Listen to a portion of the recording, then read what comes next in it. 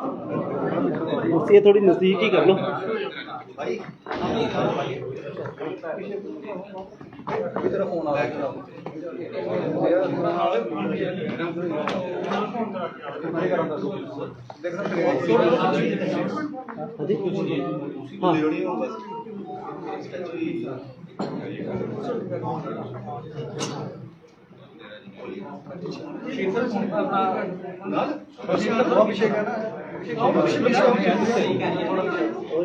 हम 2 मिनट रुक जाते हैं, आप सेट कर लो।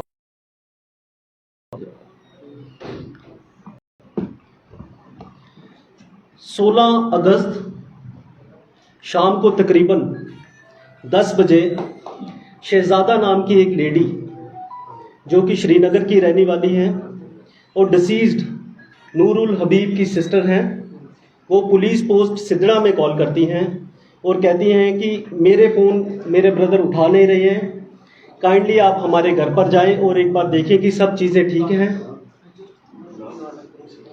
इस कॉल के बाद जब हमारी टीम तभी विहार सिदरा में लेन नंबर 32 में जो घर है वहाँ पे जाती है तो देखते हैं कि घर जो है वो अंदर से बंद है। वहाँ घर से फाउल स्मेल आ रही थी। इस चीज़ पे शक करते हुए हमारी टीम ने ताले तोड़े और घर के अंदर गए। वहाँ पे 4 बॉडीज़ मिली। पहली बॉडी नूरुल हबीब जो श्रीनगर के रहने वाले हैं, दूसरी बॉडी सकीना बेगम जो कि डोडा की रहने वाली है, उनके बेटे, उनके ग्रैंडसन सजाद अली और उनकी बेटी जिनका नाम रुबीना बानो है। ये 4 बॉडीज हमें लेन नंबर 32 के घर से मिली। उसके साथ में ही एक और घर है जो सकीना का घर है, लेन नंबर 33 में। जब टीम वहां पर गई उन्होंने देखा कि घर जो है वो दरवाजे जो है अंदर से बोल्टेड हैं। जब उन घरों को, उनके दरवाज़ों को तोड़ा गया, वहाँ पे 2 बॉडीज़ थी। पहली बॉडी जफ़र सलीम जो कि सकीना के बेटे हैं और स्पेशली एबल्ड चाइल्ड हैं। दूसरी बॉडी सकीना की बेटी जिनका नाम नसीमा है, उनकी मिली। टोटल 6 बॉडीज़ को पुलिस ने अपनी कस्टडी में लिया और गवर्नमेंट मेडिकल कॉलेज जम्मू में ऑटोप्सी के लिए इनको लेके आए। पोस्टमार्टम जो है वो मैजिस्ट्रेट की प्रेजेंस में हुआ। पोस्टमार्टम पूरा वीडियोग्राफ हुआ है और बोर्ड ऑफ डॉक्टर्स से हुआ है। उसके बाद विसरा के सैंपल्स जो हैं केमिकल एग्जामिनेशन के लिए एफएसएल में भेजे गए हैं, जिसकी रिपोर्ट अभी तक अवेटेड है। इसमें सिट कॉन्स्टिट्यूट हुई और सिट को हेड किया संजय शर्मा साहब, एसपी रूरल जम्मू, जो मेरे साथ मौजूद हैं। सिट के मेंबर्स रहे SDPO Nagrota, SHO Nagrota, in charge police post सिदड़ा।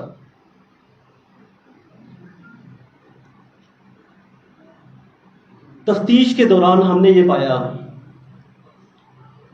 कि नूरुल हबीब जो श्रीनगर के रहने वाले हैं, तकरीबन 1997 में, आज से 25 साल पहले ये जम्मू में मूव किए। कंसल्टेंसी का ये काम करते थे और इनके घर में सकीना नाम की जो लेडी है, डोडा की रहने वाली है, वो एज ए डोमेस्टिक हेल्प काम करती थी।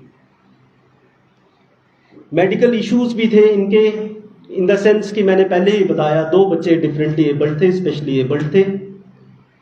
उन वजह से ये फैमिली काफ़ी ज़्यादा डिपेंडेंट थी नूर जो हैं उनके ऊपर फाइनेंशियल मैटर्स में, और डोमेस्टिक हेल्प के लिए ये उनके घर में काम करते थे।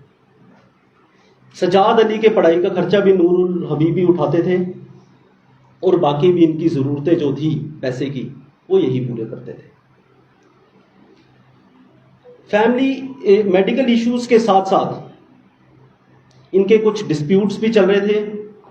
जो डोडा की फैमिली थी, इनके अपने डिस्प्यूट्स चल रहे थे, कोर्ट केसेस चल रहे थे, लिटिगेशंस चल रही थी। इस वजह से ये फैमिली दोनों की दोनों काफ़ी ज़्यादा डिप्रेस्ड थी। अगस्त के फर्स्ट वीक में जब ट्रायल के दौरान ये कोर्ट में गए, उस दौरान बाहर आकर इन्होंने अपने एक दोस्त को कॉल किया। उधर 3 लोग गए थे, सजाद अली जो ग्रैंडसन है सकीना के, नूरुल हबीब और उसके साथ में सकीना बेगम। बाहर आके इन्होंने अपने एक दोस्त को कॉल करके बताया कि जो हमारे विटनेस भी हैं कि इस ज़िंदगी को जीने का कोई फ़ायदा नहीं है, हमें मेडिकल इश्यूज़ भी बहुत ज़्यादा हैं मैं खुद भी सीए से सफ़र कर रहा हूँ, इस चीज़ को अभी हमने पुख्ता करना है, एज ए एविडेंस अभी पेपर्स इकट्ठे करने हैं, क्या ये सच है कि नहीं। उसके सिवा जो उन्होंने बोला कि हमारी बाकी लिटिगेशंस भी चल रही हैं, लैंड के डिस्प्यूट्स भी चल रहे हैं, तो बेहतर है इस जिंदगी को ख़त्म कर दिया जाए। 4 तारीख को वो कन्विंस करते हैं 3 लोगों को, जिसमें से पहले हैं सकीना बेगम, दूसरे हैं सजाद अली और तीसरे हैं रुबीना, कि इस ज़िंदगी को हमें ख़त्म कर देना चाहिए क्योंकि मैं जीना नहीं चाहता और हम दोनों फैमिलीज एक दूसरे पे इतनी ज़्यादा डिपेंडेंट है कि मैं आपके बिना नहीं जी पाऊंगा और आप हमारे बिना नहीं जी पाएंगे। सिट ने काफ़ी ज़्यादा एविडेंसेस इकट्ठे किए हैं, जिसमें सीसीटीवी फुटेजेस हैं, जिसमें कॉल डाटा रिकॉर्ड्स हैं, जिसमें मोबाइल फोन्स जो डिसीज्ड के हैं उसमें डाटा एक्सट्रैक्ट किया हुआ है, बैंक के काफ़ी ज़्यादा रिकॉर्ड्स हैं, डिटेल्स हैं, जो इन चीज़ों को पुख्ता कर रहे हैं जिसके बारे में मैं बात कर रहा हूँ। 5 तारीख को पहले दिन इन्होंने अपनी जो प्लानिंग है उस पर काम करना शुरू किया। पहली बार इन्होंने मेडिकल शॉप्स जो जम्मू में हैं वहाँ से ये कुछ मेडिसिन लेके आए, आईवी फ्लूइड्स लेके आए, कैनोलास लेके आए, ड्रिप्स लेके आए, कुछ मेडिसिन लेके आए और डाइपर्स लेके आए, जिसके बारे में मैं आपको आगे बताता हूँ इनका इस्तेमाल इन्होंने कैसे किया। 6 अगस्त की अगर अब मैं बात करूँ, इन्होंने इस टाइम पे संजीव कुमार के नामक एक आदमी जो कि जम्मू के रहने वाले हैं और हेल्थ वर्कर हैं, इनके पहले भी नोन थे, इन्हें अपने घर में बुलाया और बताया कि जो 2 बच्चे हैं स्पेशली एबल्ड, इनको काफ़ी ज़्यादा परेशानी है, अगर आप इनमें कनूला इनकी आर्म्स में फिक्स कर देंगे तो इनको हम मल्टीविटामिन्स दे सकते हैं। उनके साथ साथ उन्होंने ये भी कहा कि हमें खुद भी बुखार है और काइंडली ये कनूला जो है हमारी आर्म्स में भी फिक्स कर दें। 7 तारीख को पहली बार इन्होंने ड्रग्स इन्फ्यूज़ करना शुरू किए 2 बच्चों पे।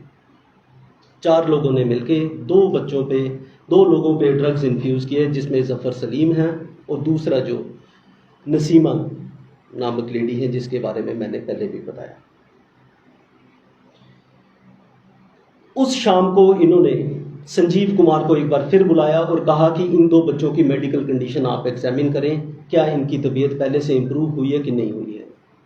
संजीव कुमार, उसको पता नहीं था कौन से ड्रग्स दिए जा रहे हैं, इन द सेंस कि उनके सामने सिर्फ यही बताया था कि हम आईवी फ्लूइड्स दे रहे हैं और मल्टीविटामिन्स दे रहे हैं। उन्होंने कहा कि इन बच्चों की तबीयत जो है वो डिटेरियोरेट हो रही है, आप काइंडली इन्हें किसी डॉक्टर से कंसल्ट करें और किसी डॉक्टर को दिखाएं।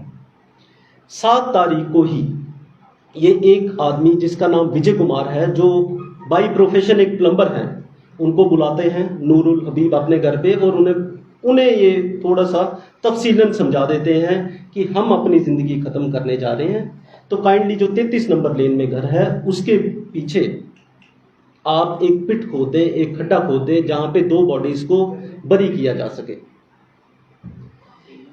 इसके बाद 9 तारीख को विजय कुमार आते हैं, 2 लोगों को अपने साथ एंगेज करते हैं और इस घर में खड्डा खोद देते हैं और इसके लिए नूरुल हबीब उन्हें 2.5 लाख रुपया देते हैं, जिसमें से हमने काफ़ी कैश अब अरेस्ट कर लिया गया है इनको, विजय कुमार को, और काफ़ी सारा कैश हमने we have seized that cash. 12 तारीख को इसके बाद हमारी तफ्तीश के हिसाब से, जबकि अभी पूरी रिपोर्ट्स आना बाकी हैं, 2 लोगों की डेथ हो गई थी, जिसमें से पहले जो शख्स थे उनका नाम है जफ़र सलीम और जो दूसरी लेडी है जिनका नाम है नसीमा। उसी दिन इन्होंने इसके बाद प्लान किया कि सकीना नाम की जो लेडी है, अब इसको हम ड्रग्स इन्फ्यूज़ करेंगे। इसके साथ साथ मैं आपको एक और चीज़ बताता चलूँ जो कि काफ़ी इम्पोर्टेंट है कि किस तरीके से इन्होंने ये सारी चीज़ें प्लान की। 6 अगस्त के बाद दोनों ही घरों में सीसीटीवीज थे, उनको डीएक्टिवेट कर दिया जाता है, डिसेबल कर दिया जाता है ताकि कोई भी फुटेज कवरेज उसकी ना हो सके। दूसरी चीज़, इन्होंने एसीज का टेम्परेचर काफ़ी कम रखा था, ये उस टाइम पे भी हमने मौके पर जाकर देखा था, ताकि जो है बॉडीज डिकम्पोजिशन होने में थोड़ा सा वक्त लगे। तीसरी चीज़, इन्होंने फ्रेगरेंस के लिए डिस्पेंसर्स लगा रखे थे ताकि जो परफ्यूम है, सेंट जो है वो हवा में फैलती जाए और जो फाउल स्मेल है वो बाहर ना आए। चौथी चीज़, इन्होंने ये सारी चीज़ें छुपाने के लिए डाइपर्स का इस्तेमाल किया था, जो कि हर एक डिसीज्ड की बॉडी में था। बॉडीज एक्सक्रीट जब कुछ करती हैं उसकी एक स्मेल होती है, उस स्मेल को छुपाने के लिए इन्होंने ये वाली चीज़ का एक इस्तेमाल किया डाइपर्स का, जो कि मेडिकल बिल्स भी हमारे पास उस चीज़ के मौजूद हैं और सीसीटीवी कवरेजेस हैं और कॉल डाटा रिकॉर्ड्स भी उन चीज़ों के हमारे पास मौजूद हैं। नूरुल हबीब ने अगस्त के महीने में जलंधर के एक वेंडर के पास अपने घर में इस्तेमाल करने के लिए कुछ जिम का सामान ऑर्डर किया था।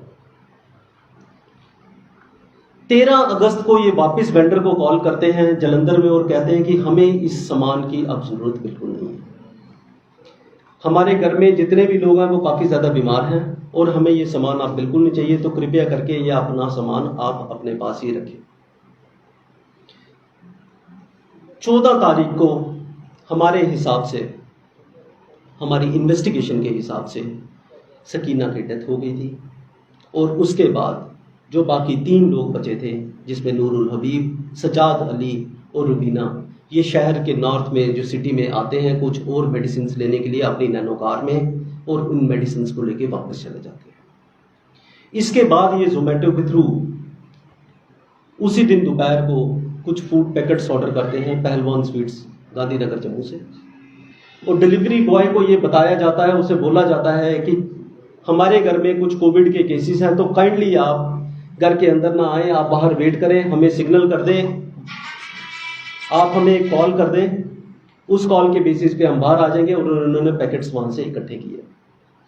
14 तारीख की शाम को इन्होंने फिर एक बार संजीव कुमार को अपने घर में बुलाया, और जैसे कि नॉर्मली अगर कोई पेशेंट बीमार होता है, कैनुलास को फिक्स करने के लिए, उसको फ्लश आउट करने के लिए, उसको क्लियर करने के लिए उस चीज़ की मदद ली।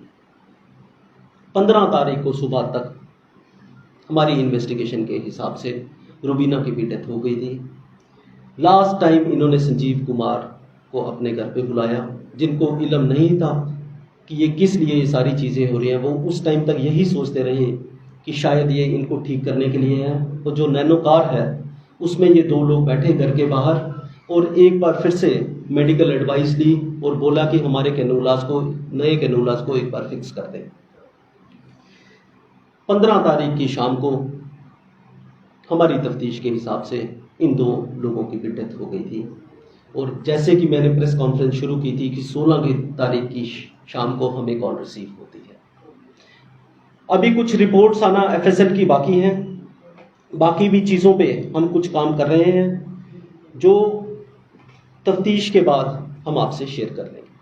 अगर आपका कोई सवाल है तो काइंडली आप एक एक करके पूछ सकते हैं। नहीं, ऐसा बिल्कुल नहीं है। It has not come to board. Sabina ने डोडा में 38 लाख की प्रॉपर्टी बेची है, वो कैश कहाँ है?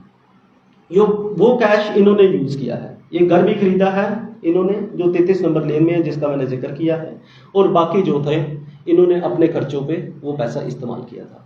कुछ बैंक में भी अभी इनका पैसा जमा है। मेडिसिन कौन सी यूज की कि 6 तारीख को मैंने लगाया और 12 तारीख को डेथ हो रही है, 6 दिन उनको कैनुला लग रहा है। 7 तारीख को कैनुला, 6 को फिक्स किया, मेडिसिन 7 को इन्फ्यूज की, 12 तारीख को हमें लगता है डेथ हुई। जो वकवा 5 दिन का है, आप शायद उसकी बात कर रहे हैं। मैं उसमें यही चीज़ बताना चाहूँगा कि केमिकल एग्जामिनेशन के लिए हमने ये चीज़ें बेची हुई हैं एफएसएल में। उसकी डिटेल्ड रिपोर्ट आना अभी बाकी है, ऑटोप्सी की, पोस्टमार्टम की रिपोर्ट अभी आना बाकी है। बट डेफिनेटली ड्रग्स जो यूज़ किए थे वो शेड्यूल एच ड्रग्स थे, उनका अब किस तरीके से उन ड्रग्स ने रिएक्ट किया है और क्या क्या कौन कौन से वो ड्रग्स थे, वो रिपोर्ट के बाद ही पता लगेगा। एक सेकेंड फर्स्ट डेफिनेटली इसमें जो हमने केस रजिस्टर किया वो 302 में किया है, 306 में किया है। अबेटमेंट की डेफिनेशन में ये बहुत ही क्लियर कट है, किसी को एनकरेज करना, किसी को सपोर्ट करना, ये अबेटमेंट का एक पार्ट है और डेफिनेटली अबेटमेंट का केस भी है। तो सर इन्होंने इतना कॉम्प्लिकेटेड क्यों इस्तेमाल किया सुसाइड करने का? बड़े आसान तरीके से कुछ कर भी ले सकते थे, वो सीधी पॉइजन ले सकते थे, हैंगिंग कर सकते थे। हाँ, और भी तरीके थे, बट इन्होंने ये तरीका एक चुना इस चीज़ को अंजाम देने के लिए। और भी तरीके कई हैं, मगर उन्होंने इस तरीके को चुना। तो ये नहीं, abetment to suicide against only 1 person, Nurul Habib के अगेंस्ट लगा है। सर जो प्लम्बर का सर 2.5 लाख लिया तो उसको कुछ फाउल नहीं लगा, उसने पुलिस को इंटीमेट क्यों नहीं किया, उसका भी तो रोल। हाँ, डेफिनेटली एक वो रोल था। अगर वो वक्त पे हमें बता देते, उन्हें भी इसमें 306 में रखा है हमने अबेटमेंट टू सुसाइड में। आपके सवाल का मैं इसमें ये जवाब में ये चीज़ ऐड कर दूं। डेफिनेटली अगर वो पुलिस को वक्तन ये वाली चीज़ हमें इतला कर देते तो ये लोग बच सकते थे। तो पहली डेथ कब हुई और हमारी इन्वेस्टिगेशन के हिसाब से पहली डेथ जो हुई है वो 12 को सुबह हुई है। 12 से लेके 15 तक? 12 से लेके 15 तक। जी, ऐसा तो नहीं था कि नूर इन सबको मार के खुद बचना चाहता, लेकिन एंड में इसको लगा कि मैं मर जाऊंगा, मैं फंस जाऊंगा, तो उसने सुसाइड किया। डेडली डिजीज थी उसको। नहीं, डेडली डिजीज का जिक्र अभी आया है, उस चीज को भी अभी पुख्ता करना बाकी है। क्या इनको ये वो डिजीज थी भी कि नहीं थी, मगर जो अभी तक इन्वेस्टिगेशन में लगा है, it is a clear cut motive. जिस तरीके से मैंने बयान किया उसी तरीके से ऐसा। जैसे आपने बताया कि वो शक होता था, तो बॉडीज को वहाँ पे उसने दफनाने के लिए, सिर्फ 2 बॉडीज को दफनाने के लिए, उसने भी सुसाइड करना था, उसको दफनाने के लिए इतना कुछ करने की जरूरत ही नहीं। 2 बॉडीज को 2 स्पेशली एबल्ड लोग थे जो कि एक अलग घर में रहते थे, उनको दफनाने के लिए शायद सबसे पहले ये दिमाग में रखा गया होगा कि मेडिसिन इनको इन्फ्यूज करेंगे, कितनी देर में रिएक्ट करती हैं, किस तरीके से रिएक्ट करती हैं, उसके बाद देखेंगे। और बाकी फैमिलीज उसके बाद इस चीज को उनमें मेडिसिन इन्फ्यूज किए जाएंगे। सर कितना चैलेंजिंग था जम्मू कश्मीर पुलिस के लिए इस केस को सुलझाना? डेफिनेटली ये चैलेंजिंग था, एक नए तरीके का चैलेंज था। इस तरीके के केसेस नहीं सामने आए हैं, मगर मैं दाद देता हूं पूरी सिट की टीम को, जिन्होंने बहुत ही प्रोफेशनल तरीके से इस केस को हैंडल किया है और एक एक बारीकी जिस तरीके से मैंने इस प्रेस कॉन्फ्रेंस में बताया उसको ये सामने लेके आए हैं। इसके साथ साथ मैं एक और चीज आपको कहना चाहूंगा कि मोटिव इनका यही था। एक सेकंड, मैं ये वाले सवाल का जवाब देता हूँ, आपके सवाल पे आ जाता हूँ। काफी सारी चीजें हमें शुरुआती 3-4 दिन में ही क्लियर हो गई थी, बट हमें भी इस चीज का पता था कि जब तक हम केस में कुछ आगे नहीं बढ़ते हैं, वो आधी अधूरी इंफॉर्मेशन ना शेयर की जाए मीडिया के साथ, तभी हमने 11 दिन का वकवा लिया। जी सर, मोटिव का पक्का यही था कि वो थोड़ा बीमार था और उनको सुसाइड नोट फाइनेंशियली भी था। नहीं मिला। मोटिव ये था कि मोटिव कोई और भी हो सकता है इसके अलावा। सुसाइड नोट भी नहीं। अभी तक की तफ्तीश में जो मोटिव एक सामने आया है वो मैंने काफी तफसीलन आपके सामने रख दिया गया है। इसके सिवा जो भी अगर कोई डिटेल्स इस केस में आती है वो मीडिया के साथ ड्यू कोर्स ऑफ टाइम में शेयर कर दी जाएंगी। क्या ये डिप्रेशन की दवाइयां ले रहे हैं? लगता है कि डिप्रेशन में थे सारे। एटीट्यूड उस तरीके का है, बट बड़ी सारी चीजें ट्रिगर की हैं जो मैंने बयान की है। सबीना की बेटी से अपने 4 लिटिगेशन चल रहे थे, 4 कोर्ट केसेस चल रहे हैं। बिल्कुल चल रहे उसको भी थे। हाँ, यही चीजें मैंने मेंशन की थी कि कोर्ट के केसेस भी थे, लिटिगेशंस भी थी, जमीन के डिस्प्यूट्स भी थे, हेल्थ इश्यूज थे और बहुत बड़े थे। इनके पहले भी कुछ बच्चे जो कि स्पेशली एबल्ड थे उनकी डेथ भी हो चुकी है। Thank you so much. Sir, इसमें इसकी बहन से भी इसने कहा था कि सुसाइड करूंगा मैं। जी, इसकी बहन से भी इसकी बात हुई थी, उसने कहा था कि सुसाइड कर सकता हूँ। नहीं उस तरीके से नहीं था।